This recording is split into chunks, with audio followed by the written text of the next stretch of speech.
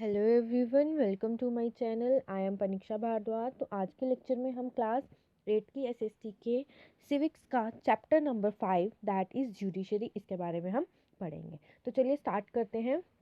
First of all आपको पता होना चाहिए जुडिशरी क्या होता है। तो जुडिशरी मतलब देखिए, ये एक ब्रांच होती है गवर्नमेंट की जो क्या करती है, इंटरप्रिएट करती है लॉज को। इंटरप्रिएट करने का मतलब कानून के बारे में बताती है। ठीक है, जैसे देखिए मैंने आपको बताया था गवर्नमेंट जो है उसकी तीन पार्ट्स होते हैं, ये ब्रांचेस होती हैं। एक होता है लेजिस्लेचर, एक होता है एग्जीक्यूटिव और एक होता है आपका जुडिशरी। जो लेजिस्लेचर होता है ना, ये क्या करती है, लॉ को बनाती है, कानून बनाती है। ठीक है, फिर उसके बाद आता है आपका एग्जीक्यूटिव। एग्जीक्यूटिव का मतलब क्या होता है, ये जो कानून बना है इसको इम्प्लीमेंट कैसे करना है कंट्री के अंदर, इसके बारे में ये काम करती है। फिर आता है आपका जुडिशरी। जुडिशरी का काम होता है, वो ये देखती है कि किस तरीके से इस लॉ को इन्फोर्स किया जा रहा है, इंटरप्रिएट किया जा रहा है, और कोई भी डिस्प्यूट होगा कंट्री में, स्टेट में या पीपल्स के बीच में किसी भी चीज़ को लेके, उसको ये क्या करती है, सुलझाती है, रिजॉल्व करती है। ठीक है, ये तीनों क्या है, ब्रांचेस है किसकी, गवर्नमेंट की। और जुडिशरी भी एक ब्रांच है। तो जुडिशरी का काम क्या है, इंटरप्रिएट करना लॉ को, कानून के बारे में लोगों को एक्सप्लेन करना, बताना। ठीक है, ये इसका काम होता है। और कोई भी डिस्प्यूट होगा उसको सॉल्व करना किसका काम होता है, जुडिशरी का काम होता है। तो अब आपके पास ये वाला पोर्शन आ जाता है। इस पोर्शन में आपको एक ओवरव्यू दिया हुआ है। ठीक है, इस चैप्टर के अंदर आपने क्या क्या पढ़ना है वो सारा इसके अंदर बताया है, तो इसको हम थोड़ा रहने ही देते हैं क्योंकि हमने सारा चैप्टर तो पढ़ना ही है। ठीक है, एक ओवरव्यू होता है जो आपको पूरे चैप्टर में क्या क्या पढ़ना है, क्या क्या आएगा, वो सारा बताया जाता है। तो फर्स्ट टॉपिक आपका यहाँ पे क्या है, what is the role of the judiciary. Judiciary का क्या रोल है, ठीक है, काम क्या है, मैंने आपको बता दिया जुडिशरी का क्या काम है। जुडिशरी का पहला काम क्या है, लॉज को इंटरप्रिएट करना, कानून को एक्सप्लेन करना। यहाँ पे आपको क्या बोला है, court take decisions on a very large number of issues. जो कोर्ट्स होते हैं ना आपके, हाई कोर्ट हो गए, सुप्रीम कोर्ट हो गया, और आपका जो डिस्ट्रिक्ट कोर्ट्स होते हैं, ये बहुत सारे इश्यूज के ऊपर, मुद्दों के ऊपर ये क्या करते हैं, सुनवाई देते हैं, डिसीजंस लेती हैं। They can decide that no teacher can beat a student. ये जो आपके कोर्ट्स होते हैं, या आपके आपके जुडिशरी होती है, ये डिसाइड करती है कि कोई भी टीचर बच्चे को नहीं मार सकता है। ठीक है, फिर उसके बाद ये डिसाइड करती है, डिसीजन लेती है कि जो पानी है रिवर्स का, वो दो स्टेट्स के बीच में किस तरह से शेयर किया जाएगा। और ये पुनिश करती है पीपल को फॉर पर्टिकुलर क्राइम्स, यानी कि जिस भी इंसान ने कोई भी जुर्म किया होगा उसको उसके लिए सज़ा दी जाती है। ब्रॉडली स्पीकिंग, अगर आप खुल के बात करेंगे तो जो वर्क होता है ना जुडिशरी का, उसको तीन पार्ट्स में यहाँ पे डिवाइड किया हुआ है। पहला काम क्या है, डिस्प्यूट रेजोल्यूशन। डिस्प्यूट का मतलब हो गया लड़ाई झगड़े, तो रेजोल्यूशन का मतलब हो गया उनको सुलझाना। कोई भी लड़ाई झगड़ा हुआ होगा तो उसको क्या करती है, जुडिशरी सुलझाती है, रिजॉल्व करती है। जो जुडिशल सिस्टम जो है वो एक मैकेनिज्म जो है वो प्रोवाइड करती है डिस्प्यूट्स को रिजॉल्व करने का, लड़ाई झगड़ों को रिजॉल्व करने का। अब लड़ाई झगड़े किसके, सिटीजन्स के, मतलब जो आप नागरिक आपस में, लोग आपस में लड़ने लगते हैं, उनके डिस्प्यूट्स को।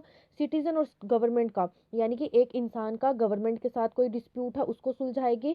टू स्टेट्स के बीच में कोई डिस्प्यूट है उसको सुलझाती है। सेंटर और स्टेट गवर्नमेंट के बीच में कोई डिस्प्यूट है उसको ये सुलझाती है। ठीक है, मतलब कोई भी लड़ाई झगड़ा अगर कंट्री के अंदर हो रहा है, ठीक है, उसको सुलझाने का काम किसके पास है, जुडिशरी के पास है। अब नेक्स्ट आता है जुडिशियल रिव्यू। जो जुडिशियल है वो किस तरीके से काम करती है, तो जुडिशियल को या जुडिशरी को फाइनल इंटरप्रिएटर ऑफ द कॉन्स्टिट्यूशन भी बोला गया है। इंटरप्रिएटर का मतलब हो गया, तो ट्रांस इसको बोला जाता है ट्रांसलेटर। ट्रांसलेटर मतलब हो गया जो किसी की चीज़ को एक्सप्लेन करता है। ठीक है, किसी की व्याख्या करता है, उसकी डिस्क्रिप्शन देता है। तो जुडिशियल रिव्यू यानी कि जुडिशरी को कॉन्स्टिट्यूशन का ट्रांसलेटर भी बोला गया है। क्यों, क्योंकि जुडिशरी के पास कुछ पावर्स होती हैं। अगर देखिए पार्लियामेंट ने कोई लॉ पास कर दिया है और वो लॉ कॉन्स्टिट्यूशन के अकॉर्डिंगली वो सही नहीं है। ठीक है, आपको पता है आपके इंडिया का कानून है, ठीक है, जिसको कॉन्स्टिट्यूशन बोला गया है। अब उस कॉन्स्टिट्यूशन के अकॉर्डिंगली पार्लियामेंट ने एक, देखिए कोई भी लॉ जो है वो बनता है वो पार्लियामेंट के अंदर ही बनता है, वो प्रेसिडेंट की असेंट के साथ। ये जब आप थोड़ी और नेक्स्ट क्लास में जाएंगे ना तो इसके बारे में भी आपको एक चैप्टर आएगा, तो मैं ज़्यादा नहीं बताती हूँ, बस इतना बताऊंगी। पार्लियामेंट ने कोई भी लॉ पास किया, अगर वो लॉ जो है वो वायलेशन होगा, यानी कि उसकी उल्लंघना की जा रही होगी, और वो basic structure of the constitution के अगेंस्ट है या उसकी वायलेशन कर रहा है, कॉन्स्टिट्यूशन में उसके बारे में कुछ भी नहीं बताया है, तो क्या है, जुडिशियल जो है या जुडिशरी जो है वो क्या बोलेगी, आप उस लॉ को पास मतलब कैंसिल कर दो या फिर उसके अंदर चेंज लाके उसको वापस से हमारे पास लेके आओ, और अगर वो सही होगा तो क्या हो जाएगा, उसको इम्प्लीमेंट कर दिया जाएगा। इसी को बोला जाता है जुडिशली रिव्यू। जुडिशल रिव्यू के जुडिशरी जो है वो क्या करेगी, पार्लियामेंट के द्वारा जो भी कानून जो है वो पास किया गया होगा उसको देखेगी कि वो लोगों के हित के लिए है या लोगों के बेनिफिट के लिए है या नहीं है। अगर वो होगा तो उसको इम्प्लीमेंट कर दिया जाएगा, अगर नहीं होगा तो जुडिशरी जो है वो फिर से पार्लियामेंट को बोलेगी कि ये कानून को चेंज कर दो या फिर इसके अंदर बदलाव लाओ। ठीक है, ये काम भी किसका होता है, आपके जुडिशरी का होता है। थर्ड काम जो यहाँ बताया है, up holding the law and enforcing fundamental rights. तो जो आपकी जुडिशरी होती है ना, ये फंडामेंटल राइट्स को इन्फोर्स करती है। अब यहाँ पे देखिए फंडामेंटल राइट्स बार बार आ रहा होगा, इसके बारे में आपने पहले की क्लासेस में भी पढ़ा होगा। ठीक है, जैसे राइट टू इक्वालिटी हो गया, राइट टू फ्रीडम हो गया, राइट अगेंस्ट एक्सप्लॉयटेशंस हो गया, right to freedom of religion हो गया, right to cultural and educational rights हो गया। ये आपके पास 6 टोटल राइट्स होते हैं, इनके बारे में भी आपने पढ़ा होगा पहले की क्लासेस में भी, और अभी आगे भी पढ़ेंगे। ये तो ये जो आपके होते हैं ना कोर्ट्स होते हैं, हाई कोर्ट, सुप्रीम कोर्ट, और ये आपके डिस्ट्रिक्ट कोर्ट जो होते हैं, इनका काम होता है आपके फंडामेंटल राइट्स को इन्फोर्स करना, चलाना, और जो भी कानून आपके स्टेट के अंदर, आपके कंट्री के अंदर चल रहे हैं उनको देखना कि वो सही तरीके से हो रहे हैं कि नहीं हो रहे हैं। ये काम किसका होता है, जुडिशरी का होता है। अब क्या बोला है, हर इंडिया का जो भी सिटीजन है वो सुप्रीम कोर्ट में जा सकता है, हाई कोर्ट में भी जा सकता है। कब, जब उनको ये लगेगा कि उनके फंडामेंटल राइट्स को की वायलेशन हो रही है, उल्लंघना हो रही है, उनको उनके अधिकार नहीं दिए जा रहे हैं, तब वो क्या करते हैं, हाई कोर्ट या सुप्रीम कोर्ट में जाके गुहार लगा सकते हैं। जैसे कि यहाँ पे एक एग्जांपल दी है आपको, आपने क्लास 7th में की बुक में पढ़ा होगा हकीम शेख के बारे में। ठीक है, जो कि एक एग्रीकल्चर लेबरर थे, और वो क्या है, रनिंग ट्रेन से गिर जाते हैं और उनको बहुत ज़्यादा लग जाती है, चोट लग जाती है। देन उसके बाद और उनकी कंडीशन जो थी वो बहुत ज़्यादा क्या हो गई थी, ख़राब हो गई थी, और वो बहुत सारे हॉस्पिटल्स में गए, लेकिन किसी भी हॉस्पिटल ने उनको एडमिट करने से मतलब मना कर दिया। कोई भी हॉस्पिटल जो था उन्होंने उसको एडमिट नहीं किया। फिर क्या हुआ, उन्होंने केस लगाया, किसने, हकीम शेख जो थे, जब वो ठीक हो गए उन्होंने क्या किया, केस लगाया सुप्रीम कोर्ट में। और केस कैसे लगाया था, देखिए, केस उन्होंने किया था पश्चिम Bengal Khet Mazdoor Samity versus state of West Bengal. कहने का ये मतलब है, ये जो हकीम शेख थे ना, इन्होंने स्टेट के अगेंस्ट, वेस्ट बंगाल जो आपकी स्टेट है उसके अगेंस्ट इन्होंने केस लगाया। केस क्यों लगाया, देखिए यहाँ पे क्या बताया है, आर्टिकल 21 जो है आपका राइट टू लाइफ, आर्टिकल जो 21 है आपका, वो इनसे छीना जा रहा था। फंडामेंटल राइट जो था इनका लाइफ का, वो इनसे छीना जा रहा था, जिसमें आपका राइट टू हेल्थ भी आता है। It is therefore directed the West Bengal government to pay him compensation. इन्होंने गवर्नमेंट से गुहार लगाई कि भाई इन्होंने, मेरी गवर्नमेंट मतलब मेरी स्टेट ने मेरा ख्याल नहीं रखा, मुझे इतने ज़्यादा हॉस्पिटल्स में घूमना पड़ा, किसी ने भी मेरे को क्या किया, मतलब एडमिट नहीं किया, मेरा इलाज नहीं किया, फिर मैंने प्राइवेट में जाके इलाज करवाया और मेरा वहाँ पे बहुत पैसा लगा। फिर गवर्नमेंट जो थी, ठीक है, जो भी आपकी गवर्नमेंट उस समय पे रन कर रही थी, उन्होंने क्या किया, उन्होंने वेस्ट बंगाल को बोला, वेस्ट बंगाल की गवर्नमेंट को बोला, ठीक है, वहाँ के चीफ मिनिस्टर को बोला कि आप कंपनसेशन देंगे। ठीक है, कंपनसेशन किसकी फॉर्म में, पैसे की फॉर्म में, मनी की फॉर्म में। आप उसको जो भी पैसा उसको, या उसका जो नुकसान हुआ है उसकी हेल्थ से लेके या उसके इलाज करवाने से लेके, जो भी पैसा उसने खर्च किया है वो किसको देना पड़ेगा, वेस्ट बंगाल को देना पड़ेगा। जो भी उसकी ट्रीटमेंट में पैसा लगा है वो सारा का सारा कहाँ से आएगा, वेस्ट बंगाल देगा। ये इस केस में आपको बताया है। मतलब ये काम किसका है, जुडिशरी का है। जुडिशरी देखेगी कि कौन से लोगों को किस किस प्रॉब्लम को फेस करना पड़ रहा है। नेक्स्ट हमारे पास आता है, what is an independent judiciary. Independent judiciary क्या है, स्वतंत्र जुडिशरी क्या है। तो यहाँ पे आपको बताया है, imagine a situation in which a powerful politician has encroached on Indian belonging on land belonging to your family। यहाँ पे बोला है कि आप एक सिचुएशन को इमेजिन करिए जिसमें एक पावरफुल पॉलिटिशियन जो है वो क्या कर रहा है, आपकी फैमिली से आपकी लैंड को छीन रहा है। With in this judicial system, इस जुडिशल सिस्टम के अंदर जो पॉलिटिशियन है उसके पास इतनी पावर है कि वो किसी भी जुडिशली या जुडिशल को क्या कर सकता है, अपॉइंट कर सकता है, यानी कि किसी भी जज को अपॉइंट कर सकता है और डिसमिस कर सकता है उसके ऑफिस से। When you take this case to the court, the जज is clearly partial to the politician. और जब आप ये केस लेके, ये कौन सा केस, कि भाई उस पॉलिटिशियन ने हमारी लैंड को हमारे से छीन लिया है या हड़प लिया है, ये केस लेके आप जज के पास कोर्ट में जाते हैं, तो जज जो है वो तो क्या करेगा, उस पॉलिटिशियन का ही सपोर्ट करेगा। क्यों, क्योंकि पॉलिटिशियन के पास इतनी पावर है कि वो क्या कर रहा है, जज को अपॉइंट भी कर सकता है और डिसमिस भी कर सकता है। तो इसी डर से जज जो है वो क्या करेगा, पॉलिटिशियन का साथ ही देगा। ठीक है, तो ये सिचुएशन जो है ना, हमारे इंडिया के अंदर ऐसी नहीं है, क्योंकि जो जुडिशरी है वो क्या है, इंडिपेंडेंट है। अगर वो इंडिपेंडेंट नहीं होती तो उसको डर रहता कि भाई ये हमें क्या करेंगे, हमारे हाँ, हमें कोई भी मतलब काम पे रख सकता है और हटा सकता है। लेकिन जो आपका मतलब तीन, मैंने आपको बताया ना, आपकी गवर्नमेंट की तीन ब्रांचेस हैं, आपकी लेजिस्लेचर और एग्जीक्यूटिव और जुडिशरी, ये दोनों तो आपस में इंटरडिपेंडेंट रहेंगी, लेकिन ये बिल्कुल इंडिपेंडेंट रहेगी। इन दोनों का इसके बीच में कोई भी रोल नहीं रहेगा। ठीक है, जुडिशरी जो है वो अलग से ही काम करती है, वही अभी हम आगे देखेंगे। तो अगर ऐसा होता तो वो लोगों को नुकसान फेस करना पड़ेगा। The control that the politician holds over the जज does not allow for the जज to take an independent decision. यही चीज़ यहाँ बोली है कि अगर जो पॉलिटिशियन है ना, अगर वो जज के ऊपर अपना कंट्रोल बना के रखेगा, तो जो जज है वो इंडिपेंडेंट डिसीजन नहीं ले सकता, वो तो डरता ही रहेगा। वो तो बोलेगा कि नहीं भाई, पॉलिटिशियन जो है वो ज़्यादा पावरफुल है, मेरे से ज़्यादा पावरफुल है। अगर मैंने उन बंदों के हक में केस सुना दिया या उनको जितवा दिया, उनको उनकी लैंड वापस दिलवा दी, वो पॉलिटिशियन तो मुझे मेरी गद्दी से हटा देगा, मुझे मेरी पोजीशन से हटा देगा, और वो अच्छे से डिसीजन नहीं ले पाएगा। तो इस वजह से क्या होगा, this lack of independence would force the जज to make all judgments in favour of the politician. तो इसी वजह से, इसी इसी इंडिपेंडेंस की कमी की वजह से जो जज होगा ना, उसको जितनी भी जजमेंट होगी वो उस पॉलिटिशियन के फेवर में देनी होगी, चाहे वो पॉलिटिशियन गलत है। ठीक है, यहाँ पे तो गलत ही है ना वो पॉलिटिशियन, लेकिन जज को फिर भी उसी पॉलिटिशियन के फेवर में क्या होना पड़ेगा, जजमेंट सुनानी पड़ेगी। Although we often hear of rich and powerful people in India trying to influence the judicial process, the Indian Constitution, देखिए हमने कई बार ये भी सुना होगा कि जो अमीर लोग होते हैं, पावरफुल लोग होते हैं इंडिया के अंदर, वो जुडिशल प्रोसेस के अंदर अपनी टांग अड़ाते हैं। और इसी चीज़ को रोकने के लिए, इस तरह की सिचुएशन को रोकने के लिए, हमारा जो इंडियन कॉन्स्टिट्यूशन है वो प्रोटेक्ट करता है, हमारी जुडिशरी को इंडिपेंडेंस जो है वो प्रोवाइड भी करता है। ठीक है, यही चीज़ बोल, इसी चीज़ की वजह से जो हमारा जुडिशल सिस्टम है वो क्या है, इंडिपेंडेंट है। अगर वो इंडिपेंडेंट नहीं होगा तो वो, अगर वो मतलब किसी भी दबाव, जुडिशरी सिस्टम जो है ना हमारा, अगर वो किसी के दबाव के अंदर काम करेगा तो वो अच्छे से डिसीजन नहीं ले पाएगा। इसलिए जो जुडिशरी सिस्टम है वो इंडिपेंडेंट है। समझ में आया कि क्यों इंडिपेंडेंट है। आगे क्या बोला है, one aspect of this independence is the separation of power. और इस इंडिपेंडेंस का एक जो अलग आप पहलू देखोगे वो क्या है, सेपरेशन ऑफ पावर्स को डिवाइड कर दिया गया है। जैसे कि हमने चैप्टर 1 देखा था। चैप्टर 1 कौन सा था आपका, हमने पढ़ा था ना, the Indian constitution and secularism, जिसमें हमने इंडियन कॉन्स्टिट्यूशन के बारे में पढ़ा था। हमने देखा था कि हमारी जो गवर्नमेंट होती है उसके 3 पार्ट्स होते हैं। ठीक है, अभी मैंने आपको ऊपर बताया। तो ये एक एस्पेक्ट जो है इस इंडिपेंडेंस का, वो क्या है, सेपरेशन ऑफ पावर्स के, किस तरीके से हमारा जुडिशल सिस्टम जो है उसके पास अलग पावर है और वो इंडिपेंडेंट है। तो जैसे कि हमने चैप्टर 1 में पढ़ा कि कॉन्स्टिट्यूशन के की फीचर्स कौन से होते हैं, हमने देखे थे। इसका ये मतलब बनता है, व्हाट दिस मीन्स, इसका क्या मतलब बनता है कि जो अदर ब्रांचेस है ना गवर्नमेंट की, जो लेजिस्लेचर और एग्जीक्यूटिव है, ये जुडिशरी के कामों में दखल अंदाजी नहीं कर सकती। जो कोर्ट है वो गवर्नमेंट के कंट्रोल के अंडर नहीं है, और ना ही वो उसके बिहाफ पे काम कर सकती है।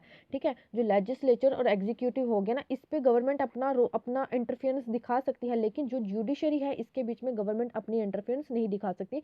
जुडिशरी को अपना काम अलग से करना ही पड़ता है। आगे क्या बोला है, for the above separation two work well it is also crucial that all जजेस in the high court as well as the Supreme Court are appointed with very little interference from these other branches of government. Once appointed to this office it is also very difficult to remove a जज। कहने का क्या मतलब है, यही separation जो है ना, ये जुडिशरी को काम अच्छे से काम करने के लिए क्या करती है, मतलब पावर देती है, अच्छे से काम कर सकती है। और ये जो है ये बहुत ज़्यादा मतलब जैसे हाई कोर्ट के जज हो गए, सुप्रीम कोर्ट के जज हो गए, इनको जब अपॉइंट किया जाता है ना, तो जो अदर ब्रांचेस है ना गवर्नमेंट की, जिसमें लेजिस्लेचर हो गया, एग्जीक्यूटिव हो गया, इसका इतना इंपॉर्टेंट रोल नहीं रहता है। जो आपके हाई कोर्ट और सुप्रीम कोर्ट या डिस्ट्रिक्ट कोर्ट के जजेस होते हैं वो एग्जाम देते हैं, एग्जाम क्वालिफाई करने के बाद उनकी अपॉइंटमेंट कर दी जाती है और उनको प्रमोशंस जो है टाइम टू टाइम मिलती रहती है। और एग्जीक्यूटिव और लेजिस्लेचर के अंदर यहाँ पे जजेस जो हैं, जो भी मतलब काम करते हैं, एग्जीक्यूटिव काम करते हैं, उनको क्या किया जाता है, वोटिंग के थ्रू आ जाते हैं। लेकिन जो यहाँ पे आपके जुडिशल सिस्टम के अंदर जो लोग होते हैं ना, जजेस होते हैं आपके, ये पेपर दे के क्या करते हैं, पास होते हैं, और उसके बाद ये क्या करते हैं, अपनी पोजीशन को होल्ड करते हैं। और अदर ब्रांचेस जो है आपकी गवर्नमेंट की, लेजिस्लेचर, एग्जीक्यूटिव, उनका कोई भी रोल नहीं रहता है सुप्रीम कोर्ट और हाई कोर्ट के जजेस को अपॉइंट करने में। और एक बार जब वो सुप्रीम कोर्ट या हाई कोर्ट के जजेस ऑफिस में आ जाते हैं तो उनको वहां से हटा पाना बहुत ही ज़्यादा मुश्किल हो जाता है, क्योंकि वो अपनी मर्जी से अपना काम करके, अपनी मेहनत करके वहां पे आए हैं। देखिए यहाँ पे एक और चीज़ यहाँ पे इंपॉर्टेंट थी, आई थिंक नेक्स्ट पेज पे है आपके, एक मिनट मैं देख लेती हूँ।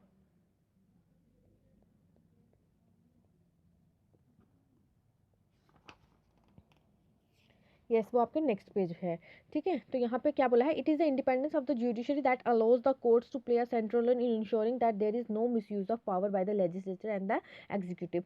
तो ये जो इंडिपेंडेंस है ना जुडिशरी की, जो इसको स्वतंत्रता मिली हुई है, इससे ये पता चलता है कि जो कोई भी मतलब लेजिस्लेचर हो गया या एग्जीक्यूटिव हो गया, ये अपनी पावर्स का मिसयूज नहीं कर सकते हैं। अगर वो ऐसा करते हैं तो जुडिशरी जो है उनके अगेंस्ट भी एक्शन लेती है।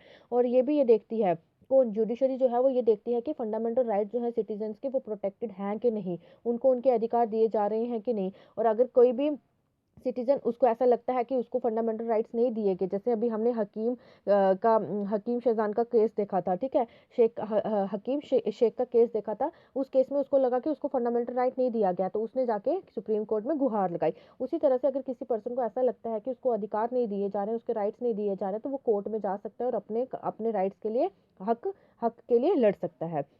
अब क्या है, what is the structure of court in India. अब स्ट्रक्चर क्या है कोर्ट का इंडिया में कोर्ट्स का। देखिए ये आपको एक पैरामिड सा दिया हुआ है। ठीक है, यहाँ पे आपके आ जाते हैं सबॉर्डिनेट कोर्ट।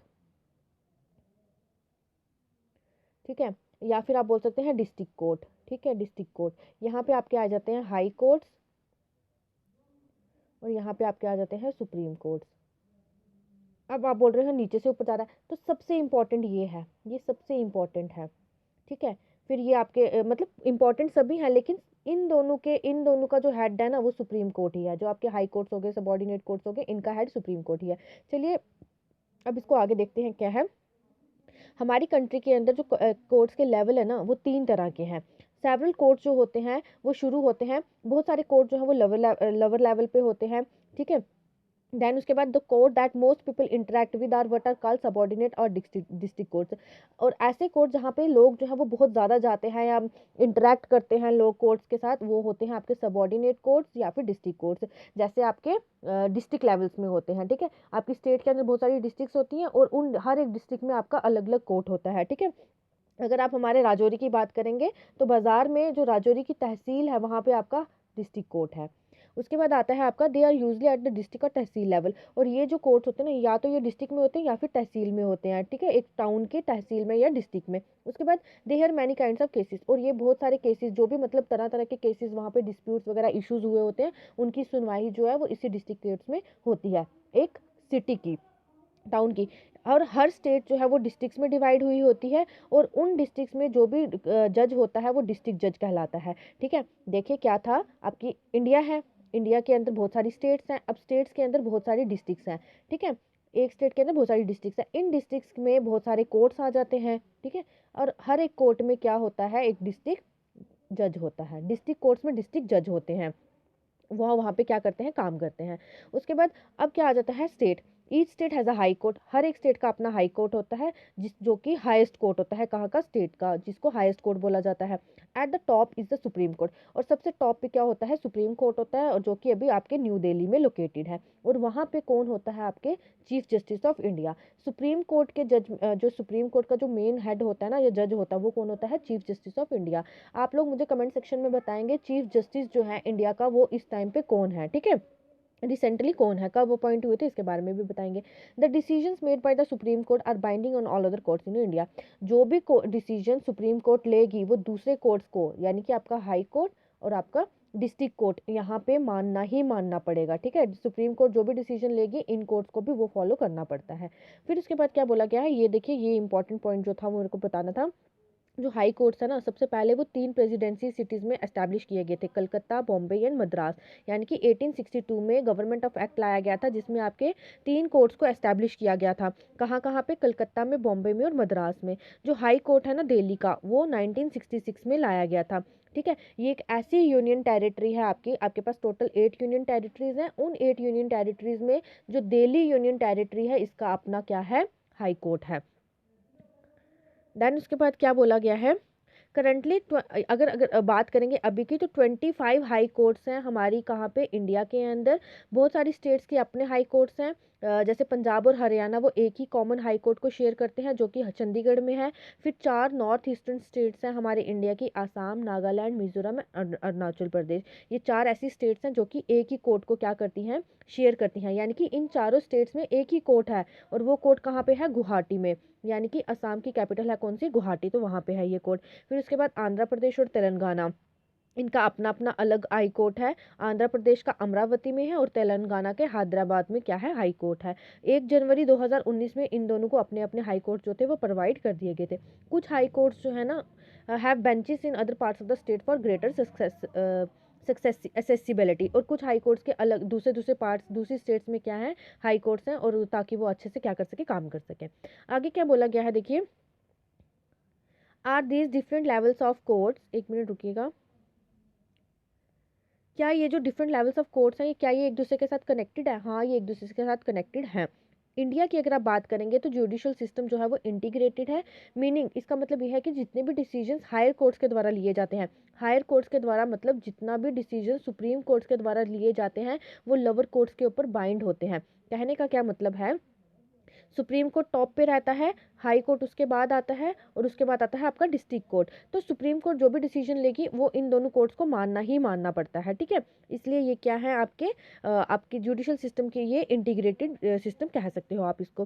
देन उसके बाद क्या बोला गया है, another way to understand this integration, अलग तरीका जो है या दूसरा तरीका जो है इस इंटीग्रेशन को समझने का, वो क्या है, appellate system that exist in India. अब ये क्या है, ये आपका अपेलेट सिस्टम क्या है, इसके बारे में हमने देखना है। इसके बारे में आपको पूरी आगे स्टोरी बताई हुई है। तो यहाँ पे हम देखते हैं, इसका ये मतलब है that a person can appeal to a higher court, कि एक जो पर्सन है वो हायर कोर्ट में अपील कर सकता है जब उसको ये लगेगा कि लोअर कोर्ट के द्वारा जो जजमेंट दी गई है या जो सुनवाई की गई है वो गलत है या सही नहीं है। तब वो क्या करता है, हायर कोर्ट में जाके अपील करता है। उसलिए हम क्या करते हैं, उसको अपेलेट सिस्टम बोलते हैं। इसमें हम अपील्स करते हैं, ठीक है। सबसे पहले तो वो डिस्ट्रिक्ट कोर्ट में जाएगा। अगर उसको लगेगा कि डिस्ट्रिक्ट कोर्ट ने गलत सुनवाई दी है तो फिर वो जाएगा हाई कोर्ट में। जब उसको लगेगा कि हाई कोर्ट ने भी गलत सुनवाई दी है तब वो चला जाएगा सुप्रीम कोर्ट में। और सुप्रीम कोर्ट ये फाइनल कोर्ट होता है, यहाँ पे जो सुनवाई आ जाएगी इसको कोई भी नहीं बदल सकता है, ठीक है। यही अभी आपको एक एग्जाम्पल दी है, यहाँ पे एग्जाम्पल के थ्रू यहाँ बताने की कोशिश की है। इसको हम जल्दी से देख लेते हैं, वीडियो बहुत ज़्यादा लंबा हो जाएगा नहीं तो। एक एग्जांपल दी है अपेलेट सिस्टम की, एक केस के तहत। यहाँ पे भी केस जो है वो स्टेट और कहाँ पे सिटीजन्स के बीच में चल रहा है, स्टेट और सिटीजन्स के बीच में। स्टेट कौन सी थी, दिल्ली एडमिनिस्ट्रेशन, और पर्सन कौन सा है, लक्ष्मण कुमार और उसके दूसरे लोग। 1985 में एक केस जो था वो लगाया गया था लोअर कोर्ट में, ठीक है। लोअर कोर्ट से ये सुप्रीम कोर्ट तक केस पहुंचा था। हुआ क्या था, फरवरी 1918 में लक्ष्मण कुमार जो था उसकी 20 साल की उम्र की लड़की से जिसका नाम था सुधा गोयल, उसके साथ शादी हो जाती है। और शादी के बाद ये दिल्ली के फ्लैट में रहते हैं लक्ष्मण, अपनी फैमिली और अपने भाइयों के साथ वहाँ रहता है। अब 2 दिसंबर 1980 में क्या होता है, सुधा जो थी वो हॉस्पिटल में मर जाती है जलने की वजह से। उसको मतलब जला दिया है या कुछ हुआ है, वो आगे हम देखेंगे। अब सुधा की जो फैमिली थी ना उसने कोर्ट में केस लगा दिया, लोकल अपने डिस्ट्रिक्ट कोर्ट में केस लगा लिया। जब वहाँ पे सुनवाई हुई ट्रायल कोर्ट में, ट्रायल कोर्ट को ही डिस्ट्रिक्ट कोर्ट बोला जाता है, तो 4 जो नेबर्स थे ना वो विटनेस बने, ठीक है। विटनेस क्या हो गए, जो जाके गवाही देते हैं। तो वो लोग पड़ोसी जो थे, 4 पड़ोसी जो थे वो जाके गवाही बने। उन्होंने बोला कि भाई 1 दिसंबर को क्या हुआ, उन्होंने सुधा की चिल्लाने की आवाज़ें सुनी और फिर वो क्या किए, लक्ष्मण के फ्लैट में दौड़ते हुए फोर्सिफुली घुस के उन्होंने देखा कि सुधा जो है वो वहाँ पे खड़ी है और उसकी साड़ी में आग लगी हुई है। देन उन्होंने क्या किया, आग को मतलब बुझाने की कोशिश की, सुधा को रैप किया एक गनी बैग में और ब्लैंकेट में, और उन्होंने क्या किया, सुधा को आग से बचाया। सुधा जो थी जलने से मतलब सुधा ने बताया उन पड़ोसियों को कि उसकी मदर इन लॉ जिसका नाम था शकुंतला, उनकी मदर इन लॉ ने क्या किया है, और साथ में उसकी मदर इन लॉ शकुंतला ने उसके ऊपर मिट्टी का तेल डाला था, और साथ ही साथ में उसके हस्बैंड ने क्या कर दिया, आग लगा दी।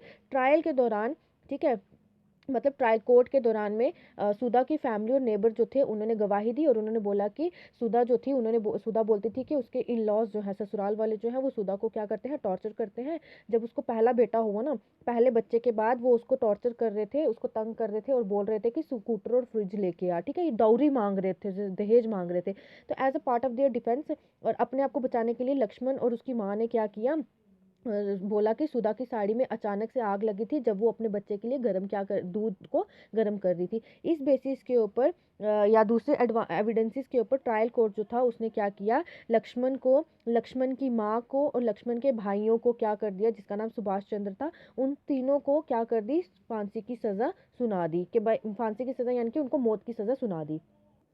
फिर क्या हुआ, 1 नवंबर 1983 में जो 3 एक्यूज थे, एक्यूज कौन हो गए, जो गुनहगार थे, उन्होंने क्या किया, उनको ट्रायल कोर्ट ने, डिस्ट्रिक्ट कोर्ट से तो उनको सज़ा मिल गई, उनको लगा कि डिस्ट्रिक्ट कोर्ट ने क्या किया है, उनके अगेंस्ट गलत सुनवाई दी है, तो वो लोग हाई कोर्ट में चले गए और उन्होंने अपील किया कि ट्रायल कोर्ट ने जो मतलब सुनवाई दी है वो उसके अगेंस्ट है, वो उनको पसंद नहीं आया। तो हाई कोर्ट में क्या हुआ, फिर से हियरिंग हुई, सारे लॉयर्स ने आपस में आर्ग्यूमेंट किया और उन्होंने डिसाइड किया कि सुधा जो है वो एक्सीडेंट, मतलब उसकी साड़ी में अचानक से आग लग गई थी जब वो अपने बच्चे के लिए दूध गर्म कर रही थी, या कोई भी मतलब उन्होंने सोचा नहीं, उन्होंने ये मतलब बहस की, आर्ग्यूमेंट्स की और उन्होंने बोला कि सुधा जो है वो एक्सीडेंटली उसकी साड़ी में आग लग गई थी और लक्ष्मण, शकुंतला और सुभाष चंद्र जो है वो क्या है, मतलब बेकसूर है और उनको एक्यूटेड एक्यूटेड यानी कि उनको बरी कर दिया, ठीक है, उनके ऊपर कोई भी केस नहीं लगा। You may remember the photo essay on the women's movement in class 7 books. आपने क्लास 7 की बुक्स में वुमेन्स मूवमेंट के बारे में बहुत सारा पढ़ा होगा, आपने पढ़ा होगा कि 1980s का जो टाइम पीरियड था, बहुत सारी वुमेन्स के ग्रुप जो थे कंट्री में, वो डाउरी डेट्स के अगेंस्ट बात कर रही थी, मतलब दहेज के लिए लड़कियों से दहेज मांगा जाता था और जो लड़की दहेज नहीं लाती थी उसको मार दिया जाता था। तो इस टॉपिक के ऊपर क्या होती थी, बहुत सारी बातें की जाती थी और बहुत सारी वुमेन जो थी वो क्या करती थी, हाई कोर्ट जजमेंट में जाती थी, वुमेन्स बताती थी वहाँ पे कि वुमेन्स को बहुत सारी प्रॉब्लम्स फेस करनी पड़ रही हैं और वो अपील करती थी हाई कोर्ट से और सुप्रीम कोर्ट से कि भाई उनके लिए भी क्या किया जाए, एक लॉ लाया जाए। फिर Indian federation of women lawyer जो थे वो क्या करती थी, सुप्रीम कोर्ट्स वगैरह में जाती थी। 1985 में क्या हुआ, सुप्रीम कोर्ट ने ये जो अपील की गई थी ना, अब क्या हुआ, हाई कोर्ट में तो वो चले गए, हाई कोर्ट ने उनको बरी कर दिया। अब जो सुधा के घर वाले थे ना, उन्होंने सुप्रीम कोर्ट में जाके केस लगा दिया। तो सुप्रीम कोर्ट में जब उन्होंने ये सारी हियरिंग सुनी, सारी की सारी बातें सुनी, तो उन्होंने क्या किया, लक्ष्मण को और उसके दोनों मेंबर्स को उनके अगेंस्ट क्या की बात, मतलब पूरा केस सुना। सुप्रीम कोर्ट ने आर्ग्यूमेंट सुने, लॉयर्स से बातें शातें की, लॉयर्स ने जो जो उनको बातें बताई सुप्रीम कोर्ट के चीफ जस्टिस को, उन्होंने सुना और सुप्रीम कोर्ट जो था वो इस डिसीजन पे आके पहुंचा कि मतलब वो हाई कोर्ट के डिसीजन से बिल्कुल अलग था। तो उन्होंने पाया कि लक्ष्मण और उसकी जो माँ है वो दोनों के दोनों क्या हैं, गिल्टी हैं, यानी कि उन्होंने ये क्राइम किया है, लेकिन उनके जो ब्रदर थे सुभाष चंद्र वो क्या है, बरी हो गए, क्योंकि उनके अगेंस्ट ज़्यादा एविडेंसेस प्रूफ नहीं मिला। सुप्रीम कोर्ट ने ये डिसाइड किया कि दोनों को लाइफ इम्प्रिजनमेंट दे दी जाएगी, यानी कि फांसी की सज़ा नहीं, उम्र कैद की सज़ा जो थी वो उन्होंने सुना ली। यहाँ पे देखिए अपेलेट सिस्टम के बारे में बताया था, ठीक है, सबसे पहले डिस्ट्रिक्ट कोर्ट में गए, डिस्ट्रिक्ट कोर्ट ने उन्होंने फांसी सुना दी, तो उन लोगों को लगा कि भाई नहीं ये डिसीजन गलत है। उसके बाद वो हाई कोर्ट में चले गए, हाई कोर्ट ने उनको बरी कर दिया। लेकिन यहाँ पे वो जो एक्यूज थे जिन्होंने जुर्म किया हुआ था वो तो ठीक थे, लेकिन जो सुधा की फैमिली थी ना, सुधा के माँ बाप जो थे, उन्होंने फिर सुप्रीम कोर्ट में जाके गुहार लगाई कि भाई हमारी बेटी को इंसाफ दिलाओ। तो वहाँ पे उनको पूरी मतलब जिंदगी के लिए सज़ा सुना दी, ठीक है। तो ये था बच्चे आपका आज का टॉपिक। यहाँ पे आपको बताया है, देखिए यहाँ पे आपको बताया है कि जो सबॉर्डिनेट कोर्ट होते हैं ना या डिस्ट्रिक्ट कोर्ट होते हैं उसको बहुत सारे नामों से जाना जाता है। इसमें आपके ट्रायल कोर्ट हो गया या फिर कोर्ट ऑफ द डिस्ट्रिक्ट जज हो गया। अब इनके जो जजेस यहाँ पे मतलब इसके अंदर जो जजेस काम करते हैं उनको भी अलग अलग तरीके से बुलाया जाता है या अलग अलग नामों से बुलाया जाता है। जैसे एडिशनल सेशन जज हो गया, चीफ जुडिशियल मैजिस्ट्रेट हो गया, मेट्रोपॉलिटन मैजिस्ट्रेट हो गया या सिविल जज हो गया। ये अलग अलग नाम जो है इनको दिए गए हैं। तो कैसा लगा आपको आज का वीडियो ज़रूर बताइएगा। पसंद आया है तो लाइक करिएगा, चैनल को अपने दोस्तों के साथ शेयर करिएगा एंड चैनल को सब्सक्राइब वीडियो को अपने दोस्तों के साथ शेयर करिएगा, चैनल को सब्सक्राइब करना ना भूलिएगा। Thank you and have a wonderful day. बाकी का चैप्टर जो है वो हम नेक्स्ट वीडियो में मैं लेके आऊँगी और उसमें हम कंप्लीट करेंगे।